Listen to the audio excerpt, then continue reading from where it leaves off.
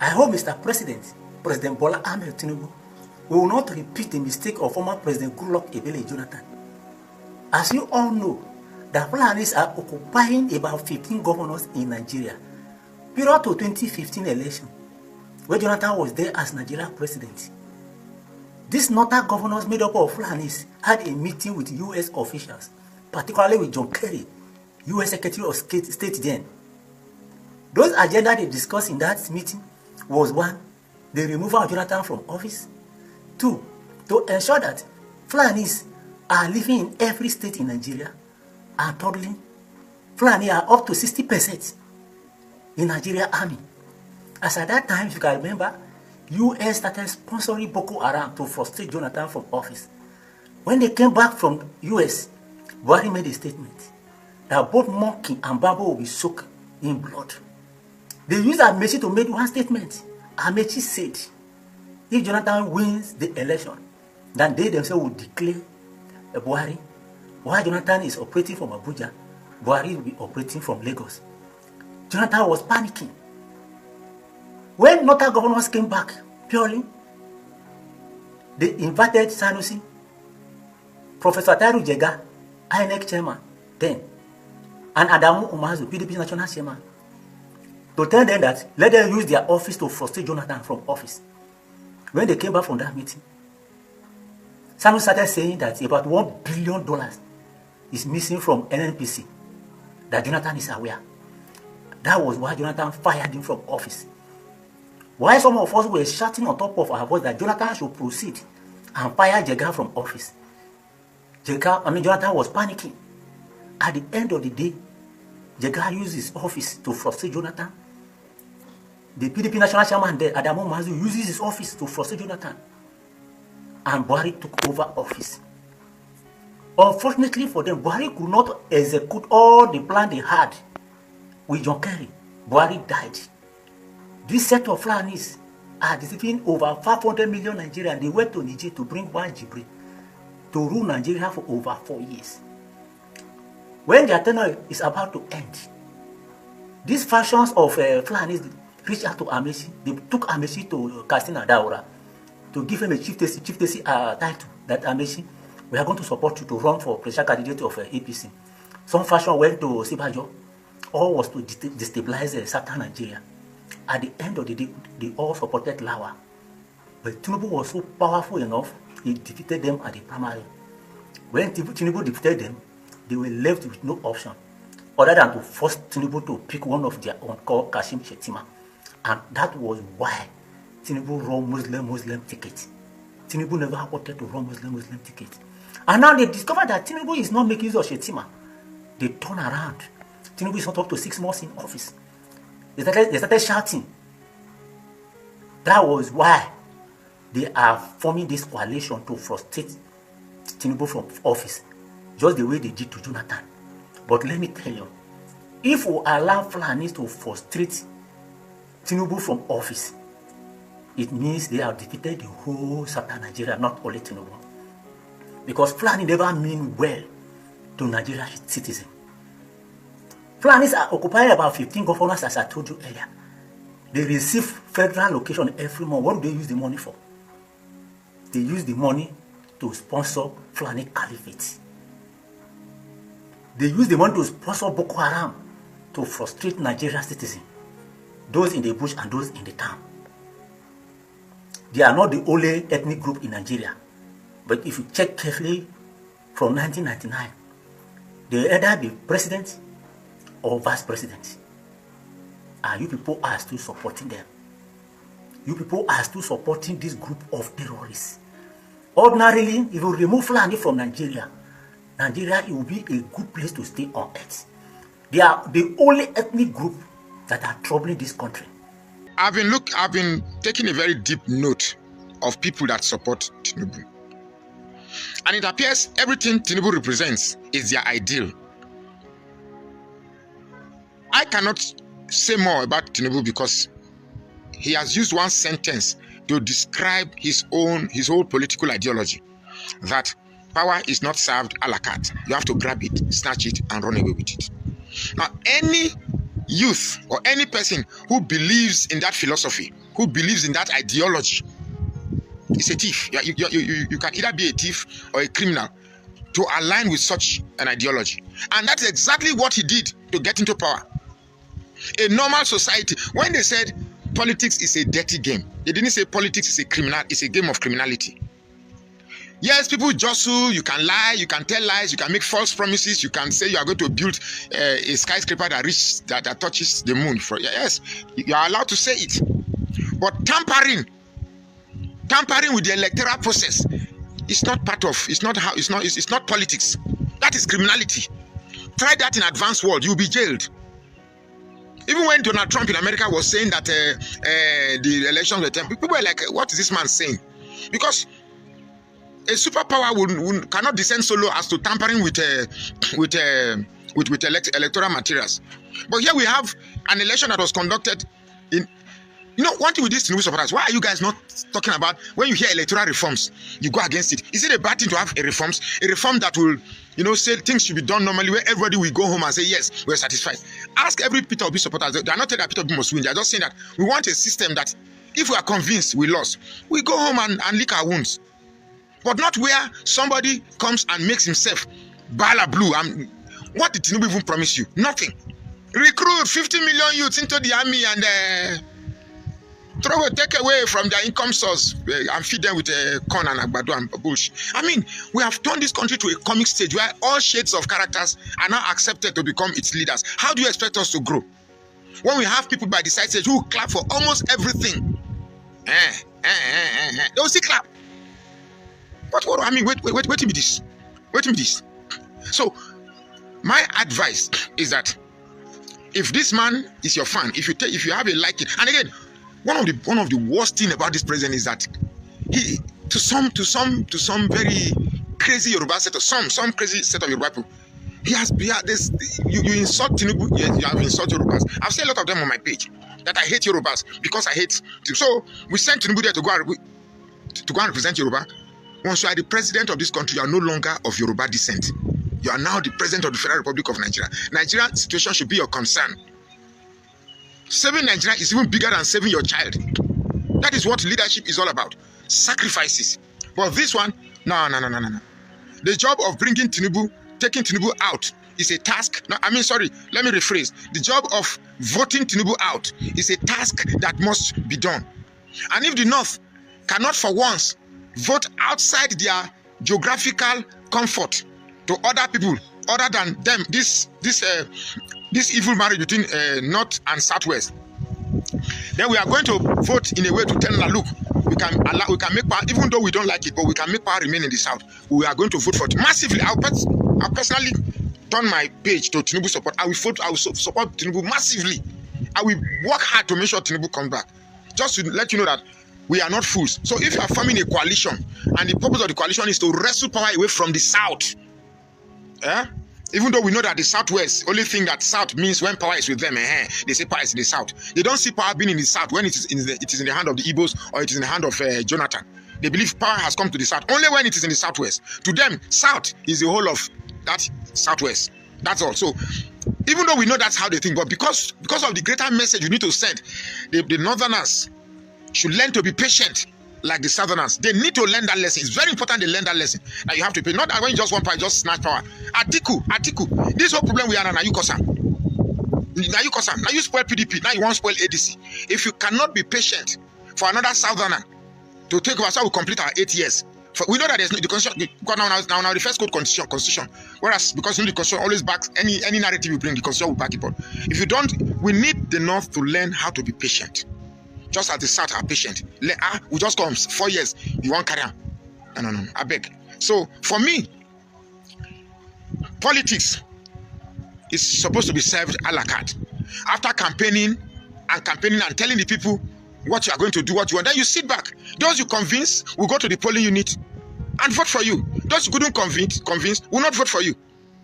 But teaching the fact that politics has to do with rigging, buying of people, snatching things and running away with it, grabbing it, that is force.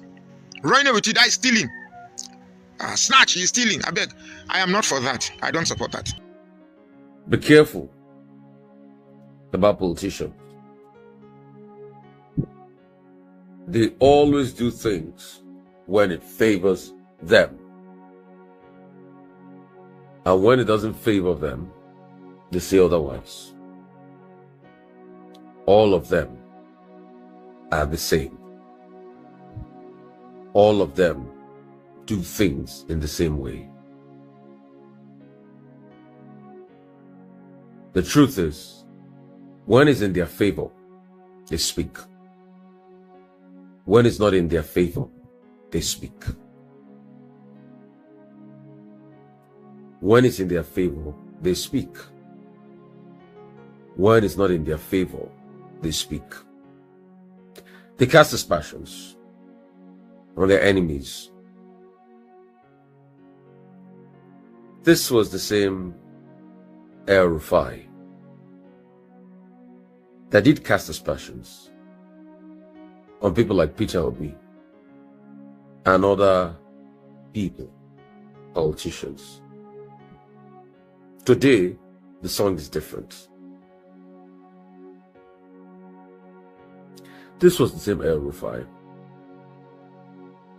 that said he was going to go the whole hog with President Tinubu. And he did. He supported him. So he has every right to feel betrayed. He has every right to feel betrayed. But all of this is doing or saying against the APC as we speak today. The question is it because things did not favor him? What if he had been given that ministerial position? Will he see all of this? And the truth is, we cannot allow this continue. We need to speak up against politicians. We need to look them in the eye and speak truth to power.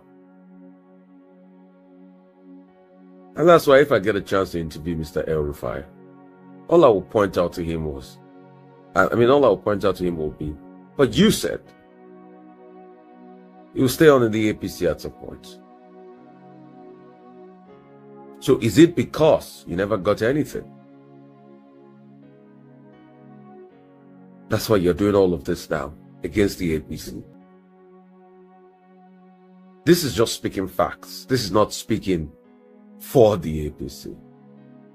Because you know my opinions about the APC. From President Buhari ruining the fortunes of the economy, bringing us a lot of inflation when we're growing in 2015, to now, where there's a lot of hardship on the lives of the people. Despite the fact that food prices, yes, some arguments are out that they're going down. But has it gone back to the numbers we used to have before, this administration came in? So when people make the argument that they're going down when you compare them to last year's prices.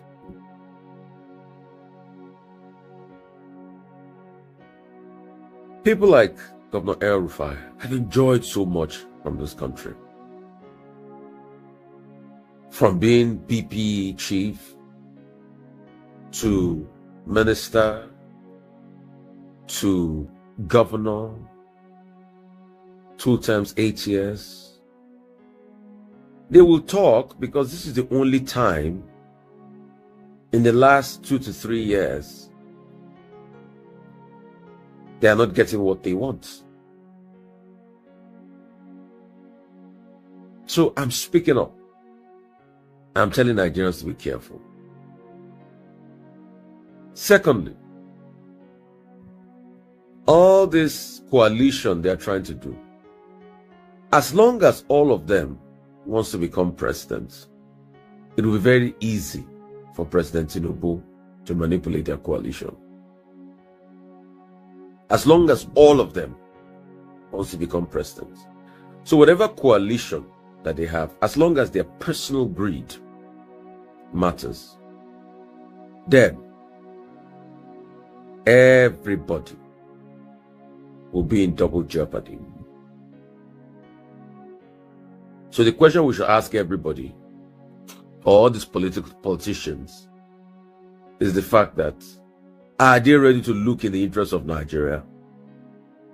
Or not just ready to think about themselves alone? But let's speak to what really happened today. The spokesperson of the political coalition movement is a former Minister of Youth, Mr. Bolaji Abdullah, is live for us here in Abuja. So it's a pleasure having you tonight. Thank you very much. Thank you. So you're not a member of the PDP, you're now a member of the ADC. No, I left PDP October last year. So you've been partyless. Yeah, more or less. All along. Yeah. But now today, officially, all of you have now joined the ADC. The ADC, yes, the African Democratic. And I saw Chief John Oyegun. I saw Peter Obi. Yeah. I saw Nasiru El-Rufai. former Nasiru El-Rufai, Rotimi Amechi, a long list. I mean, if you look at those who are in the APC today, if you look to your left, everybody that is who is who in Nigeria's politics, largely in the opposition, are in that room today. That's why it's a coalition. That's why it's a coalition. But they literally have emptied the PDP into that. Yeah, I mean, because you see, what happened to PDP is quite unfortunate. You know, one of the strongest parties that Nigeria has ever experienced since 1960 was the People's Democratic Party. But due to a cumulative combination of different factors, internal self-sabotage, and of course the latter-day machinations that we are seeing, the party appeared to have. So it got to a point that majority of the who is who, the real people who have built the party, who have run with the party, felt that this is no longer viable. That this vehicle is no longer viable. You know, I mean, if you look at the coalition today, different people have different reasons for coming into the coalition. I mean, coming from their own party. But what's most important is that we are united to build a formidable opposition party, regardless of which was your party. That's why you see people from APC, you see people from PDP, you see people from SDP, and of course Labour Party. You know, so at the end of the day, what has happened is that all of us have agreed to come together to form one strong, united opposition party. Well, there are those who, I know I've been seeing the reaction. It looks like a combination or an assemblage of aggrieved and angry politicians from the other political parties. Well, I'm not angry. But you left the I'm not. you left the PDP. It's not because I'm angry. I left But you were frustrated by the PDP. No, I'm not saying I'm frustrated. I don't have any frustration, right? I just felt that I don't like this anymore, right? And there are so many people, right, who can tell you that they have one reason or the other for leaving their party. I mean, you look at Peter Obi, you say, oh, he's frustrated. Amechi is frustrated. Rauf is frustrated. This must be a country of really frustrated people. If you have a room full of this caliber of people, and the only word you can use to describe them is that they are frustrated, aggrieved, that they are aggrieved, then something is terribly wrong somewhere. But look, I don't think they are doing this because they are aggrieved. Right? When I look around me and I see a Chief John Odige Oyego, an 86-year-old man, right, coming out to be part of this openly, right, and you tell me he's doing that because he's aggrieved? No. You see, the fundamental principle, if PDP had survived, right, if it didn't get to this pass that it is currently, that's between life and death or closer to death than to life, right, this would probably not have happened. If the APC's internal democratic system was functioning the way it was designed to function, right? Because I know, I was part of that, then this would probably not have happened.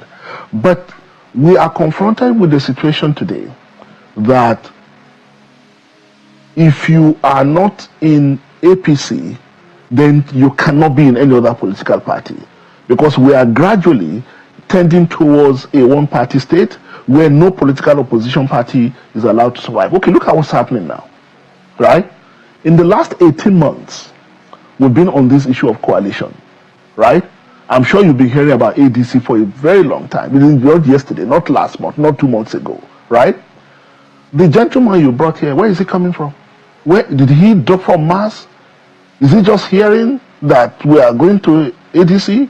Why didn't he come here 3 months ago? Why didn't he come here 4 months ago, right? When we started, the government said, dead on arrival. It's not going to work.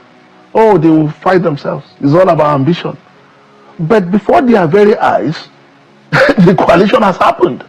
Then suddenly, this kind of people are crawling out of their dark corners to start saying, they are taking over. Where were you all along? Over 18 months, right? That we've been having conversation with ADC. But why the choice of ADC though? Okay, I'll tell you. Why not SDP? I'll tell you. You see, when we started this, we had a list of Options, parameters and conditionalities, the kind of party we're looking for. Those who came from APC said no. When we were forming APC, there was a reason. There were agreed principles that led to the formation of APC. Those principles have been inadvertently betrayed, right? Those coming from PDP said, no, we know what PDP stood for. We know what PDP used to be as a political party, a behemoth of a party, right? A Noah's Ark that contained all kinds of human beings, right? But look at what PDP has become today. Those coming from Labour said, this is where we got it wrong, right? So everybody is saying we're unanimous to say, look, if we are going forward with this, we must have a set of agreed principles. And any party we are engaging with must meet those terms and those conditions that allow us to reorganize and restructure the party in line with the vision that we have, right? So, and what is that vision? You know, I had a story that the president of South Africa, Cyril Ramaphosa, you know, someone said, oh, why was he not in the US for Trump's inauguration? And he said, the ANC had a meeting. Woe betides you that if the ANC has a meeting and you are going anywhere as a party member, not talk of as a president. So we feel embarrassed that we are not able to, you can't point at any political party in reality that you say this is a political party. Perhaps the political parties of the First and Second Republic were even better in terms of the organizational structure, in terms of the discipline. I mean, if you were a UPN governor, party supremacy. If you were a UPN governor, you know that no matter how incompetent or useless you are, you must pursue free education. Basic minimum, right?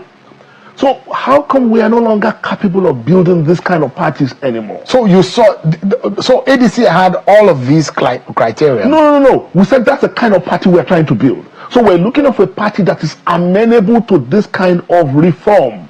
Or that is weak enough for you to uplift. Well, if you call a clay weak because you can mold it into a pot, I agree with you, right? So you found it in ADC. We found a party that is amenable to the kind of vision, the kind of reform that we had in mind, right? And that is why you see people say, oh, Atiku's coalition. How ridiculous. John Oyegun will be sitting in a coalition, David Mark will be sitting in a coalition. It's nobody's coalition. It's a coalition of people who have agreed that Nigeria is currently at a dangerous stage in our political evolution. This is not the first time that we've had an Atiku-led coalition. No, but you remember the new PDP? Oh yeah, I know that. So it was from the Eagle Square. That's completely different. No, just hold on. Yeah. Because when they say Atiku-led, Atiku is a former vice president. Absolutely. In that room, there's no former vice president. Okay, now let me in that room, he's probably the biggest and most senior political figure in that room. So saying Atiku-led for the sake of press coverage sounds okay. I mean, if you are looking for a label, yeah, but be careful what your label implies. Because right? the impression, no, if it's just label, you are looking for a convenient label. The impression is that it's going to be a platform where Atiku will become the presidential candidate. That Atiku has a chance, like any other member of the party, to become the candidate. You see, this is the problem. And this is why I want us to avoid the appellation Atiku, because when you begin to say Atiku coalition, then you are going back to the same problem that we've had. But why the choice of David Mark as a chairman? Yeah, because he's the one that everybody has a universal confidence in, because we are trying to give every member a confidence that they will be treated equally, they will be treated justifiably. I have attended almost every meeting of this coalition, and I can tell you that the only person that sits at the high table is Senator David Mark. Every other person, including Alhaji Atiku Abubakar, including Peter Obi, and everybody, everybody sit on the floor. When they want to speak, they raise their hands. That is the kind of party we are trying to build. We've done the party of big men before, and look at where it has led us, right? And we say we're not going to do that anymore. Bolaji, I will not be part of a party that is set up to pursue somebody's ambition. I left PDP in October. I have not joined any party. I'm fine, alhamdulillah. So, I mean, right? the interpretation, right, is that oftentimes in party tradition and formation, you look at the region where the leadership is from, yes, determines where the opposite side, it determines where the presidential candidate comes from. Yeah. So there are those who think that if David Mark is from the northern region of the country, automatically the presidential candidate of this coalition will come from the south. Is that the feeling within the coalition? The adjective interim means something. So there will be a neck, or there will be a convention for an election. The single day Senator David Mark is an interim chairman of ADC. The party has a process. It will get to a point where the party will have a convention to elect substantive officers of the party, right? So, and there will also be convention to elective convention is not until 2026, right? But some people will have to run the party, right? Until we get to the elective convention. So whoever is the chairman now or secretary or whatever is not indicative of where the presidential candidate or any other person will come. So the main agenda of this coalition is to kick out Bola Tinubu as the president and the APC from prominence in 2027. Is that it? You know, it will be quite unfortunate if we reduce all this. It's trivial, I'm sorry to say, right? Saying that the coalition is just set up to kick out, but I've seen things like that, like anti-Tinubu coalition. APC come on forward, ADC don't come. I mean, of course, if you have a sitting government and you are in opposition, what do you want to do? You want to win election, right? If you win the election, the implication is that the current government is no longer there. But what I'm saying is that this goes beyond all that. Look, tell me which Nigerian today is not embarrassed that we are gradually becoming a one-party state, right? It is lucrative, it is convenient to run into the ruling party, but some of us say no, we won't be part of this conspiracy against Nigeria's democracy. Because I'm not saying anybody that wants to join APC is free to join APC, right? But what I'm saying is that some people will have to give Nigeria options. They have to give Nigeria alternative. You remember during regime of Abacha, when all political parties except maybe one woke up one day and said they adopted Abacha as their presidential candidate. That is where we are heading. That is where we are heading. Because when you destabilize the Labour Party and it is not in a position to produce a presidential candidate because of internal crisis, you destabilize NNDP, you destabilize PDP, and these parties are not in a position to. So in the end, you find that by the time we arrive 2027, there will be only one man able to run election. God forbid. Nigeria is a country of 240 million. This is one of the greatest countries on earth. God forbid that we get to that state. But the people who are trying to push Nigeria down this sorry path, they don't know what they are playing with. They don't know what they are playing with. But the question here is, why does it look like you and your colleagues are coming through into the ADC from the back door? At least that's how Dumebi Kachiku described it. I don't know where the back door is or where the front door is. I came into ADC. Maybe if you ask him to show you where the back door is. I don't know what he means by... Aside from also, who are the other ADC party leaders that were there today? You just showed the clip yourself now. The national secretary was there. The chairman of BOT was there. All the NEC members were there. Even my own party, the ADC people from Kwara State were there. So who's back door? You see, we are you watched and you listened to Mr. Kajiku, who flew the flag of the party in 2023. You don't think he has genuine grievance about the manner in which things have gone? I don't know what his grievances are. If I understand his grievances, he probably can be addressed. And if he's agreed, he has the right to express. So the process by which the David Mark now led ADC coalition as taking over the party is unjust and is illegal. I asked you a question earlier. We are on solid legal grounds on this matter. We've been on this for 18 months, right? And we know a day like this will come. So you're prepared for? Oh, that was why because you asked me a question earlier. Why do you settle for ADC? We know a day like this will come, and we are here now. Legally, we are fine, right? But anyone that wants to commit illegality does not respect the law. We have to give room for that, but we are ready, right? The most important thing I'm saying is that where is this gentleman all this while? You see people more like him. You see people like him. More of them will start crawling out of their dark corners now. You know, speaking like this is very lucrative. I'm sorry. So another issue he raised, Mr. Abdullahi, is the fact that there are former PDP, former governors, former minister, even you, former minister, yes. Those who have served this country, and we are still where we are today. Why should Nigerians listen to the coalition that is made up of former that, former this, those who have attempted and experimented with Nigeria, and yet Nigeria is at this stage? The big question that he asked is, why should we listen to you in the coalition? Okay. I mean, this is a very interesting question, right?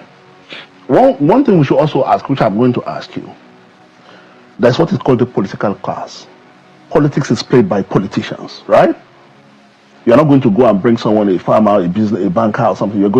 Politics is played by politicians, right?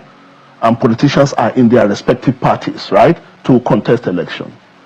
And as a result, they form governments at one point or the other. Or you say they have failed at one point or the other, and I'm not debating that with you based on what judgments or what parameters you are using, right? And I agree with you to a very reasonable extent that a lot of things had gone wrong over the past. But when that happens, then what should we do? What should we do? We'll go to Ghana and bring politicians? Or we'll go and manufacture another set of politicians from Saudi Arabia? So that's the question, that those who could not be part of this government, by way of them thinking that they've been left out, are angry because all they know has been government. No. And now they are playing politics of opposition because they feel sidetracked.